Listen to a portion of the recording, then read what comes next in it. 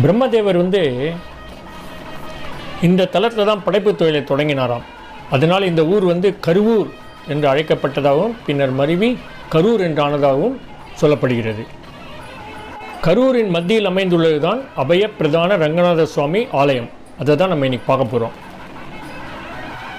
திரேதாயுகத்தில் இந்த பகுதி இலந்தை வனமாக இருந்தது அப்படின்னு சொல்கிறாங்க.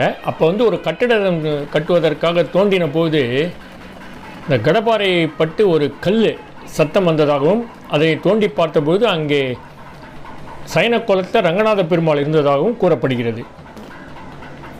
இந்த கோடாரி பட்டதால் பெருமாளோட திருமேனியில் பின்னப்பட்டு விட்டது அப்படின்னு சொல்கிறாங்க. அதனால் இதை அறிந்த முசுகுந்த சக்கரவர்த்தி இந்த பெருமாள் சிலை இருந்த இடத்துல புதிதாக ஒரு சிலையை பிரதிஷ்டை செய்து சுதை சிற்பமாக பிரதிஷ்டை செய்ததாகவும்